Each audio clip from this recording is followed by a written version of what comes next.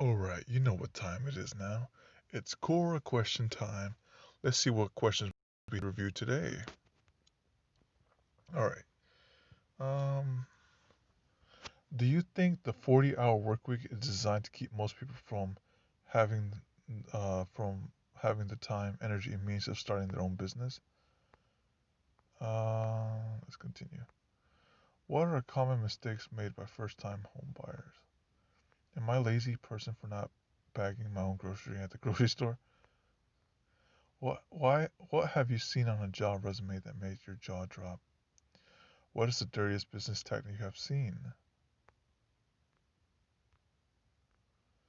There's a mysterious car that drives down my street almost every night at 2 a.m., goes into one of my neighbor's driveways, then a few minutes later goes into another neighbor's driveway. What's going on? Which video game remained a hit since its release?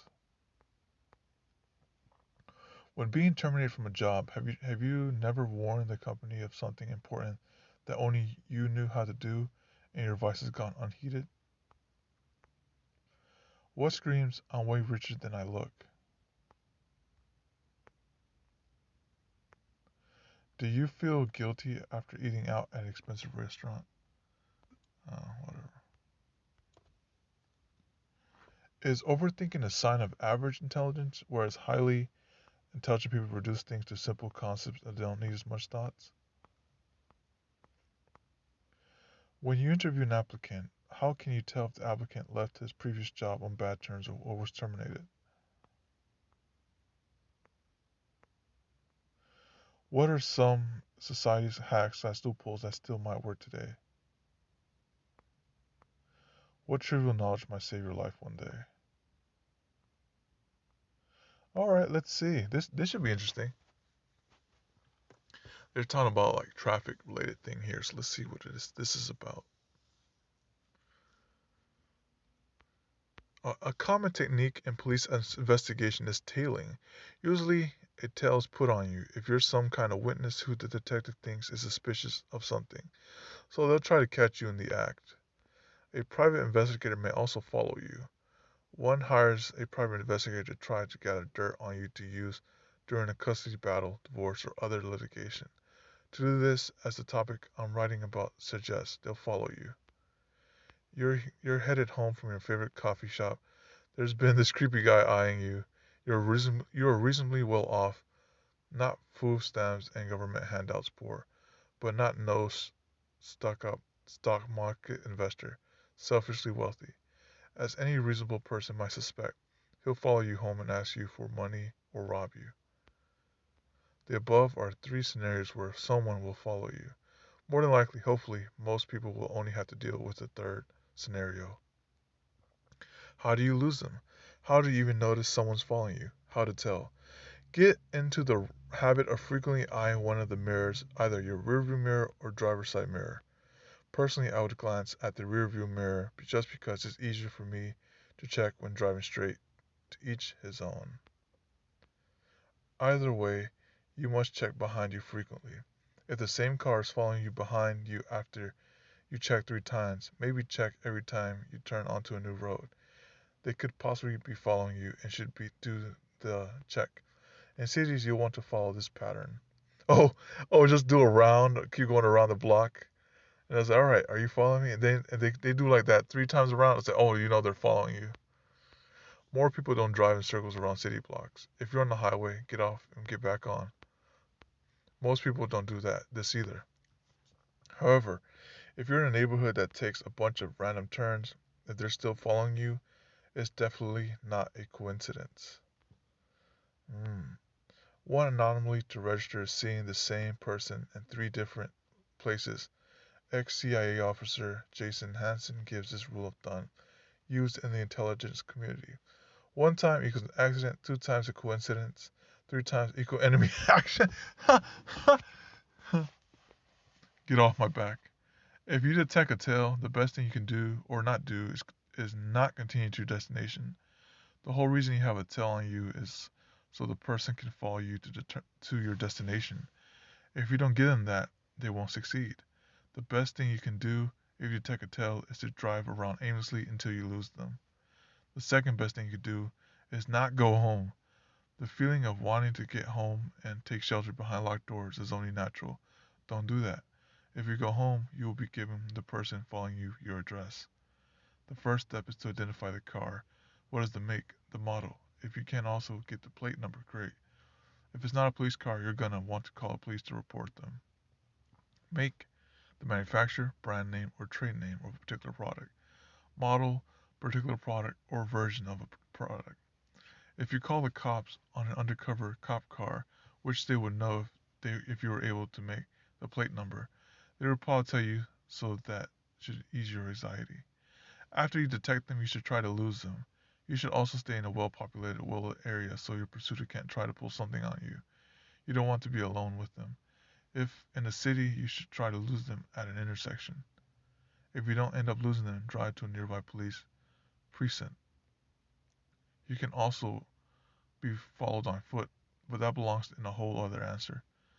Like being followed in a car, however, you could walk to a nearby police precinct if you can't lose them. In both situations, also prevention is simple.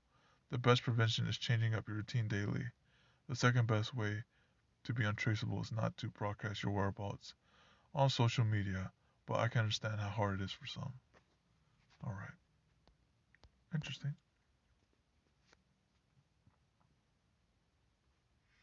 That one, yeah, just be aware of your surroundings and see if anyone follows you. It's very rarely seen that developers with more than 20 years of experience continue to work in IT, be it service or product-based company. Where do these professionals go? Do they retire early? What signs are there that show you are one moment. Excuse me. What signs are there that show you are on blah, what signs are there that show you are one of the rarest people on earth? What? Do you actually learn anything reading novels? Um, this should be somewhat interesting. Okay, let's see what they say. A scientist friend of mine always made it clear that reading fiction was a waste of time. Once, one day at lunch, he told me and another friend about meeting a very attractive, much younger woman and how he took her home to his house and very well they had gotten along. But when he called her for a second date, she made excuses to not see him. She said she would call him. He then went away to science conference. When he got home, I stopped him there and said, "What? Wait. Let me tell you what happened when you got home. Your house had been uh, bur- burgled, and it was completely empty." He said, "Yes, but how could you possibly know that?" I said, if you read fiction, you'll be able to pick up all those little hints that the woman had targeted you, gained your trust, listened to you carefully, and then completely cased your place in his valuables. How do I know that? Because I read and write fiction. Wow. Wow. That's awful. That's why you always keep an eye on your guests if they're new.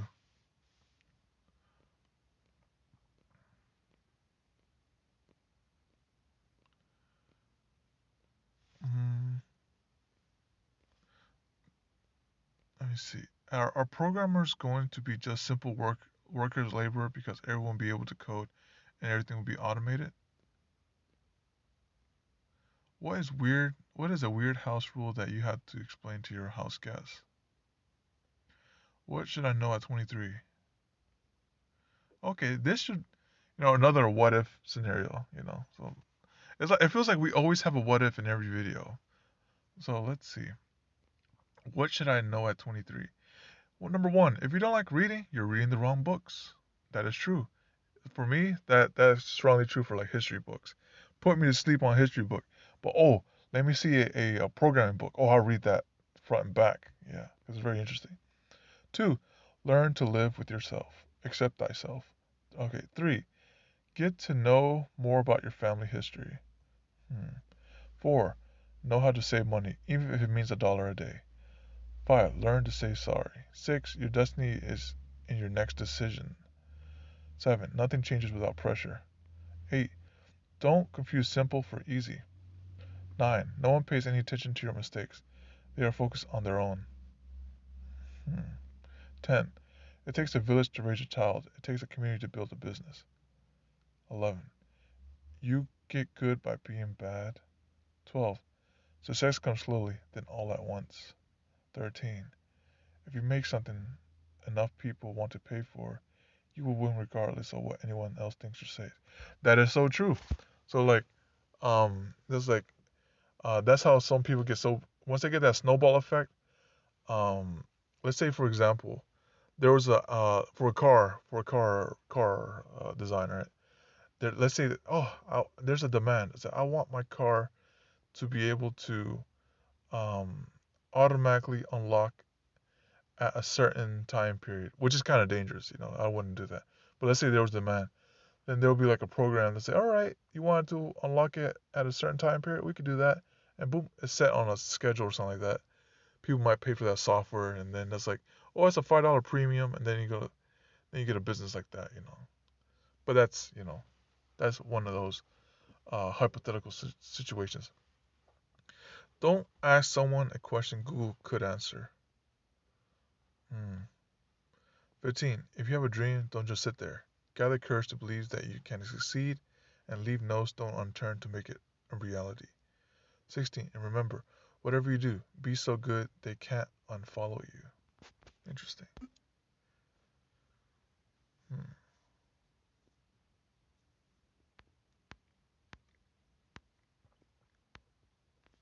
Next section. Excuse me. If someone didn't reply to your text, what do you text the person back with? Well, see that I experienced that scenario a lot. So if someone doesn't reply, I just give them time. I was like, oh, I give them 2 days. I was like, if it's something that, let's say I made plans for like Sunday. I made plans, and I text them on Tuesday, right? I say, hey, are we still good for Sunday, right? I give them to Thursday to reply. If they don't reply on Thursday, then I send them another text, and then within like maybe later that day, I give them a call. I say, you know what, maybe something wrong happened or something. So I give them a call. So that's how I handle that situation. What are some important life lessons you've learned during the course of your life? How do people working on H-1B find peace of mind as per the reports of the USCIS? An Indian will take 150 years to get a green card. If owning rental property is so lucrative, why don't more people do it? Okay. What unspoken rules should everyone respect? Mm, which is better, Corsia, Udacity, or edX? Whenever the garage's auto mechanics order car parts to repair my car, I'm suspicious that they surge the prices of the parts to mark up the profits. What do you think? Mm. What do you do when you feel like you no longer fit in at work? What is something about human psychology that almost nobody knows? Oh, is this Pavlov? Oh, if this is Pavlov, it's kind of whatever. All right. If a police officer asks you to search your car and says no, what happens next? Let's see. That's actually interesting. This will be the final one, by the way.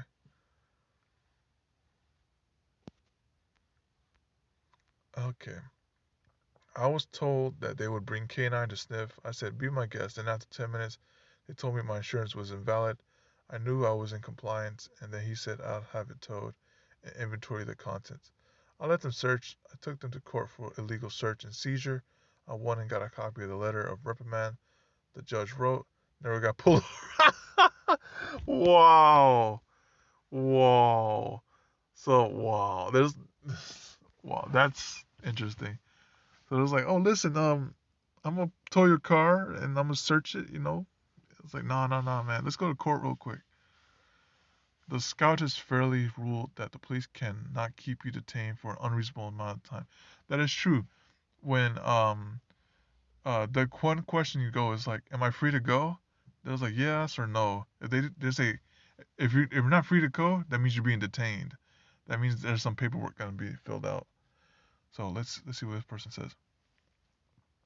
Once the reason for the stop has been resolved, so for example, they can't detain you for a long time to wait for a dog to search your car if all you were pulled over for was a tail light or something, and there is no other legitimate reason like a smell or cannabis or open container or something else. That's legit. But how can anyone prove or disprove the smell of cannabis? A cop just say I smelled it, when really they could be saying I'm a prejudiced person.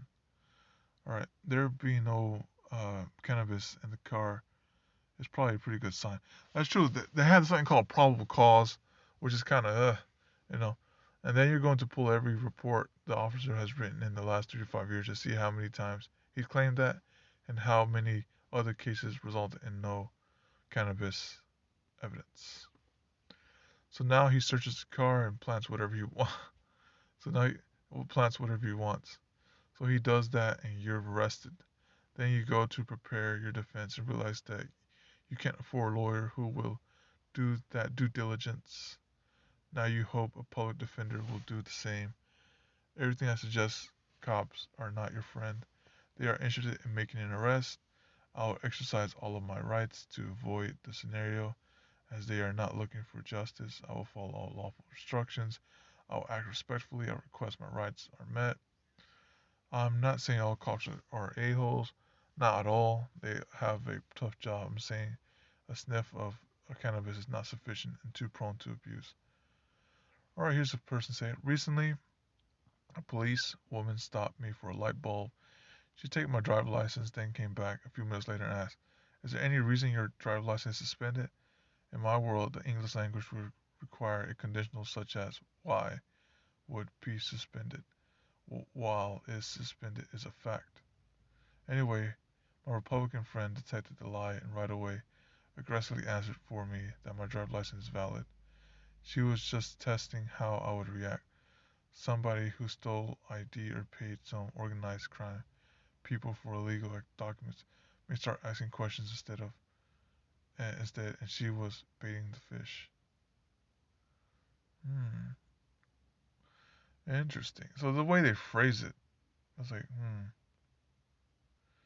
okay, well, that's interesting. It's the way, so be careful on the phrasing right there, because like, you can have like a leading question, right? Such as, oh, for example, I see you going, for example, let's say I'm going 15 miles per hour in the 25-mile-per-hour zone. My friend is next to me. Uh, they try to like phrase, and I'm unintentionally going 15. I don't want that in my mind, you know. I do not want to go 15 miles per hour. I want to go 25, but for some reason, you know, something else happened. My friend asked me the question, so when did you start going below the speed limit? Uh, I see you like going below the speed limit. So they like kind of lead it saying, oh, they're associating me liking the speed limit, going below speed limit. Or when so they're framing it in that way. They're saying, okay, I like going underneath the speed limit. When in reality, they should be asking, oh, why are you going beneath the speed limit? You know, so they phrase it that way. But yeah, that's all we have the time for today. Thank you for tuning in, and you all take it easy. Adios.